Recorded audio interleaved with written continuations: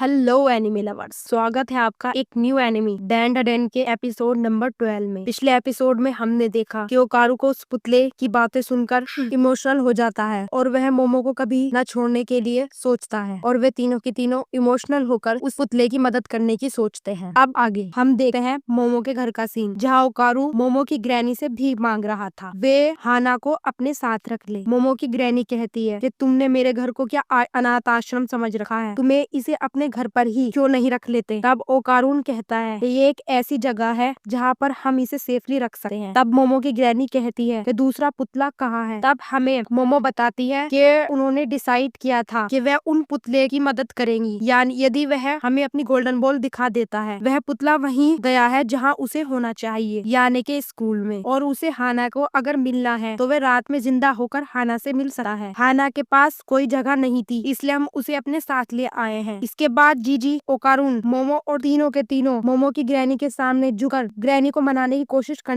रहे होते हैं, वह हाना को रखने के लिए। यह सुनकर मोमो की ग्रैनी मान जाती है और हाना को घर पर रखने के लिए तैयार हो जाती है और खाना बनाने के लिए चली जाती है। वे तीनों अभी भी वहीं होते हैं। तब भी जीजी मोमो के हेड पर कुछ लगा देता है और उसे मोमो के पास आकर हटाने लगा है। तभी उन दोनों को क्लोज देखकर ओकारू जेलस होने लगा है और उसे वह बहुत याद आ जाती है जो उसने उस रॉबर्ट्स की बातों को सुनकर फील किया था कि वो मोमो को कभी गिव अप नहीं करेगा। और तभी अचानक से ओकारू मोमो और जीजी के बीच में आकर कूदकर चिल्लाते हुए कहता है कि मुझे माफ करना, मैं समझ गया। मोमो और जीजी को समझ नहीं आ रहा था कि वह किस लिए माफी मांग रहा है। तब मोमो समझ जाती है। तब मोमो कहती है कि माफी मांगने के लिए शुक्रिया, पर किस बात के लिए माफी मांग रहे हो। तब ओकारून बताता है कि मोमो अब होल्ड बैक नहीं करेगा और मोमो को साथ रहकर ही फाइट करेगा और सोचता है कि ये एक अच्छा आइडिया है बात को टालने का, और मोमो के हाथ में से मेज लेकर उसे नीचे रखकर गोल गोल घूमने लगा है। जिसके बाद जीजी को कुछ रियलाइज हो जाता है और वह ओकारून को परेशान करने लगता है, ओकारून को मारने के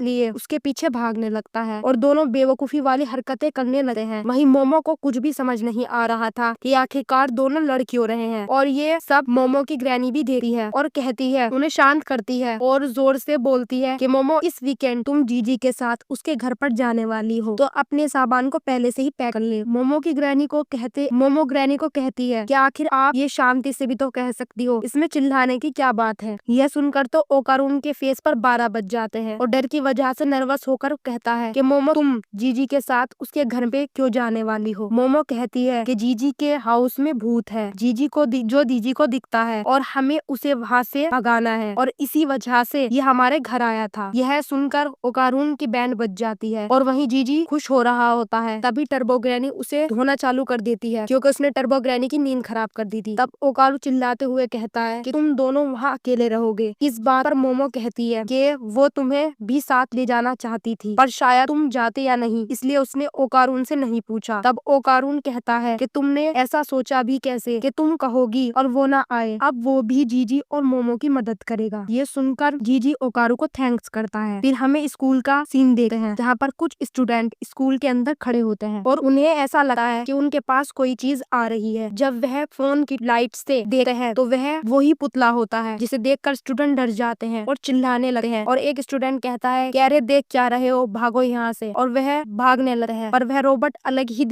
वह पुतला अलग ही दिशा में भागने लगता है। वह एक बिल्डिंग से जंप मारता है और हाना के पास जाने के लिए अंधा हो जाता है। भागते भागते वह एक ट्रक से टकरा जाता है और उसके टुकड़े टुकड़े हो जाते हैं। सीन शिफ्ट होता है दूसरी तरफ, जहाँ पर मोमो हाना को लेकर घर के बाहर टैरो का वेट कर रही होती है। हाना कहती है कि टैरो को बहुत देर हो गई है। मोमो कहती है कि चिंता मत करो, टैरो आता ही होगा, पर देर ज्यादा ही कुछ हो जाती है। और वेट करते करते मोमो वहीं पर सो जाती है और वेट करते करते दिन से रात हो जाती है। तभी हाना देखती है कि टैरो आ गया है। तब हाना बोलती है कि तुम्हें इतनी देर क्यों हो गई थी। टैरो अपने साथ हुए हादसे के बारे में बताता है, इसलिए उसे यहाँ आने में देर हो गई थी। हाना बोलती है कोई बात नहीं, और वे एक दूसरे को हक करने लगे हैं। तभी मोमो भी जाग जाती है। तभी हम दूसरे सीन में हम जीजी को देखते हैं जो बहुत डरा हुआ होता है, जिसे उसकी नींद भी नहीं आ रही थी क्योंकि वह उस भूत की वजह से, क्योंकि बार बार उसके दिमाग में भूत के ख्याल आ रहे होते हैं। अगले दिन मोमो और ओकारून जीजी के साथ उसके घर पर जाने के लिए निकल पड़ते हैं और वे अपना टाइम पास करने के लिए तीनों के तीनों बस में कार्ड्स खेलने लगे हैं, जिसमें ऑब्वियसली हारने वाला कौन होता है, ओकारू ही हार रहा होता है। और मोमो उसका मजाक बनाने लगी है, जिसे देखकर ओकारू वो इम्बेरेंस फील करने लगता है। तभी जीजी भी मोमो का साथ उसकी मजाक बनाने लगता है और जीजी ओकारुन को कैंडी देता है, पर ओकारुन मना कर देता है। तभी जीजी मोमो को कैंडी देता है। मोमो कहती है कि यह उसकी फेवरेट कैंडी है, जिसे खाकर उसे अपने बचपन की याद आ गई। जिसके बाद मोमो जीजी एक दूसरे से अपने बचपन की बात याद करने लगते हैं और वह यह भूल जाते हैं कि ओकारू बेचारा भी यहाँ बैठा है। ये देखकर ओकारुन जेलस होने लगता है और सोचता है कि मुझे यह फीलिंग बहुत बुरी लग रही है, पर मुझे अपना दिमाग इन चीजों पे हटाकर अपनी गोल्डन बॉल्स के सामने अपनी गोल्डन बॉल्स पर ध्यान देना चाहिए और वह पूरा टाइम गोल्डन बॉल के बारे में सोचने पे निकाल देता है। तभी मोमो ओकारू को सोचते हुए देखती है और पूछती है कि क्या ओकारू तुम क्या सोच रहे हो। तब ओकारू उन्हें गोल्डन बॉल के बारे में जिक्र करता है, जिसको सुनकर मोमो हंसने लगती है कि तुम इसलिए सड़ा हुआ फेस बना रहे थे। इधर जीजी की ये बातें सुनकर सर से ऊपर जा रही थी। वह सोचता है और कहता है कि तुम इतनी आसानी से डल्टी जोक्स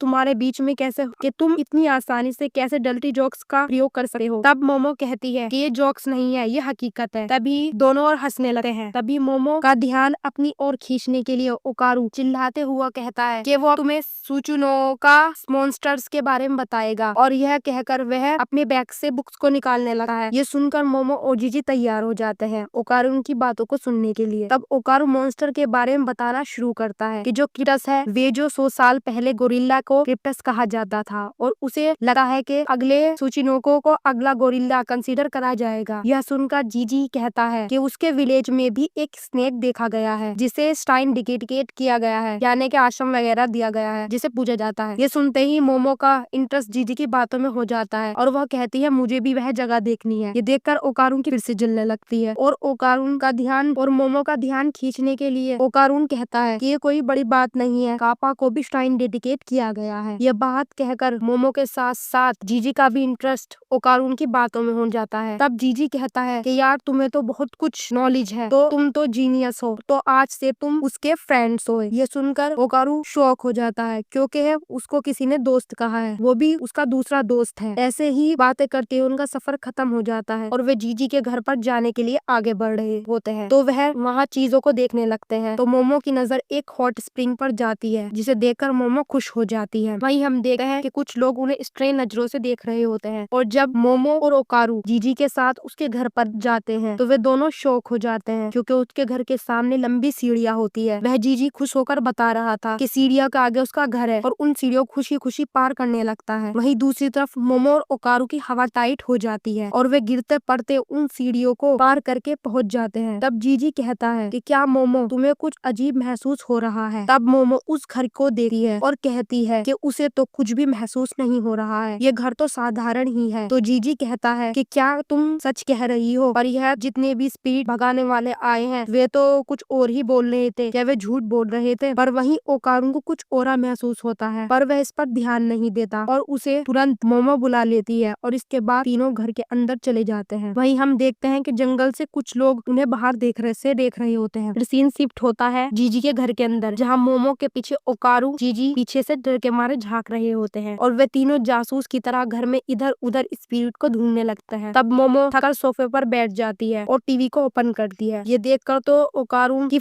डर की वजह से फट जाती है और वह मोमो के पीछे छिपने लगता है और जोर से कहता है कि टीवी खुद बेखुद ओपन हुआ है, जरूर उस स्पिरिट ने किया होगा। तब मोमो कहती है अबे फटू, ये उसने ही ओपन किया है। तो ओकारू बोलता है कि यहाँ डर की वजह से बैंड बज रही है और तुम टीवी की सूझ रही है। तब मोमो ये सुनकर कहती है कि वो यहाँ क्या करे, यहाँ इंटरेस्टिंग चीज ही नहीं है, ना ही यहाँ कोई गोस्ट है। तब जीजी कहता है क्या तुम ऐसा क्यों कह रही हो, क्या तुम्हें उस पर भरोसा नहीं है, क्या वो झूठ बोल रहा है। तब मोमो कहती है कि जीजी ऐसी बात नहीं है, जरूर भूत उनके साथ हाइड एंड सीक खेल रही है, वह उसे जरूर पकड़ कर रहेंगे। वह कहती है कि वह कहीं छुपा होगा क्योंकि उसकी एनर्जी खत्म हो गई है, इसलिए उसे डिटेक्ट करना मुश्किल है। ये सुनकर जीजी मोमो के कंधों को दबाने लगा है। ये देखकर तो ओकारू आग बबूला हो जाता है कि जीजी ने मोमो को टच कैसे किया। तभी मोमो पीने के लिए जीजी से कुछ मंगाने लगती है और जीजी वहाँ से चला जाता है। तब मोमो ओकारू से कहती है कि तुम भी रिलैक्स होकर बैठ जाओ। तभी मोमो के दिमाग में कुछ आइडिया आता है और वह वहाँ उसे स्प्रिंग की याद आने लगती है कि और उसे हॉट स्प्रिंग की याद आने लगती है और वह हॉट स्प्रिंग जाने के बारे में ओकारू को बताती है। ओकारू कहता है कि अगर उन्हें स्पिरिट दिख गई तो वे क्या करेंगे। तब मोमो कहती है कि तुम संभाल लोगे और वह वहाँ से चली जाती है और ओकारू वहीं खड़ा हो जाता है। तभी जीजी वहाँ ड्रिंक लेकर आता है और कहता है मोमो ये लो तुम्हारी ड्रिंक, पर वो मोमो को को ना पाकर ओकारू से पूछता है। तब ओकारू बता देता है कि वो हॉट स्प्रिंग पर गई है। अब ओकारू और जीजी दोनों अकेले रह जाते हैं। तो जीजी ओकारू से पूछता है, क्या तुम सोकर खेलना चाहोगे? और जब ओकारू सोकर खेलता है तो जीजी उसे देखकर सोचता है कि ये क्या कर रहा है, क्योंकि ओकारू पर सोकर खेलना नहीं आता है। तभी जीजी ओकारू से पूछता है कि तुम मोमो के बारे में क्या सोचते हो? तब ओकारू कहता है मोमो उसकी सबसे पहली फ्रेंड है और वह उसको बहुत रिस्पेक्ट करता है और वह उसके लिए बहुत ही इम्पोर्टेंट है। ये सुनकर जीजी कहता है वो तुम्हारे लिए फ्रेंड है और तू इम्पोर्टेंट है, पर वो उसके लिए उसका प्यार है। तो यह सुनकर ओकारू कहाँ पीछे हटने वाला होता है तो वह भी जवाब देता है कि वह भी मोमो को पसंद करता है। जो सुनकर जीजी को गुस्सा आ जाता है और दोनों लड़ने लगते हैं कि वो उसकी है। मोमो को लेकर उनमें झगड़ा शुरू हो जाता है। तभी दूसरी तरफ हम मोमो को देख रहे हैं जो हॉट स्प्रिंग के मजे ले रही होती है, पर उसे और सोच रही होती है ओकारू के बारे में कि ओकारू के अब फ्रेंड्स बनने लगे हैं और यह उसे ये नहीं पता होता कि कोई उसे देख रहा है। तभी सीन दोबारा ओकारू और जीजी पर सिर होता है। वे दोनों अभी भी एक दूसरे को मार पीट रहे होते हैं। तभी अचानक से ओकारू की नजर जीजी के घर की तरफ जाती है जहाँ पर एक सीक्रेट रूम होता है जिसे उन्होंने नहीं देखा था, जिसे देखकर ओकारू को अजीब सा फील होने लगा है। तब वह ये बात जीजी को भी बताता है और वह दोनों डरते हुए अंदर आते हैं। तब जीजी को ओकारू को बताता है कि आज से पहले उसने इस रूम को नोटिस नहीं किया था क्योंकि बाहर से इसका दरवाजा ही नहीं है। तब जीजी उस दीवार पर हाथ मारता है तो ओकारू को उसके अंदर से कुछ अजीब आवाज आती है। तभी जीजी एक हथौड़ा लेकर आता है और उस दीवार को तोड़ देता है और वे दोनों देखते हैं और शौक रह जाते हैं क्योंकि कमरों के चारों तरफ पेपर ही पेपर लगे हुए होते हैं जिस पर कुछ लिखा होता है। तब जीजी कहता है कि उन्हें अब क्या करना चाहिए। तब ओकारू कहता है कि उन्हें मोमो का वेट करना चाहिए। तभी डोर की बेल बजती है तो जीजी भागता हुआ डोर पर जाता है और सोचता है कि मोमो आ गई है, पर दरवाजे पर तो कुछ और ही लोग खड़े होते हैं जो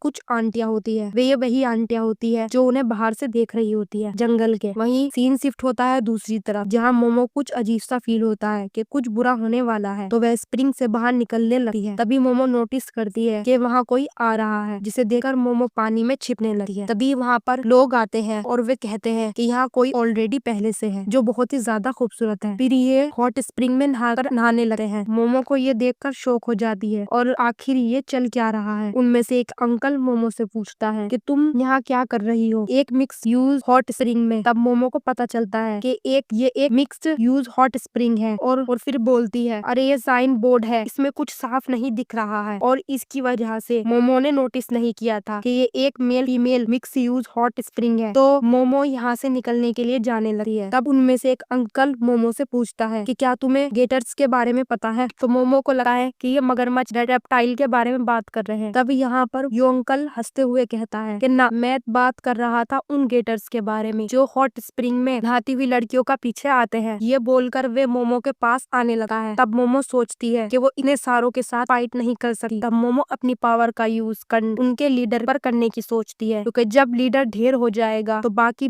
लोग बाहर खुद पीछे हो जाएंगे। तब मोमो अपनी पावर्स का यूज करने का ट्राई करती है, पर अचानक से उसके आगे एक अंकल उसके हाथों को पकड़ लेता है। तब मोमो सोचती है कि उसको चक्कर जैसा महसूस हो रहा है, इसलिए वो अपनी पावर्स का यूज नहीं कर पा रही है।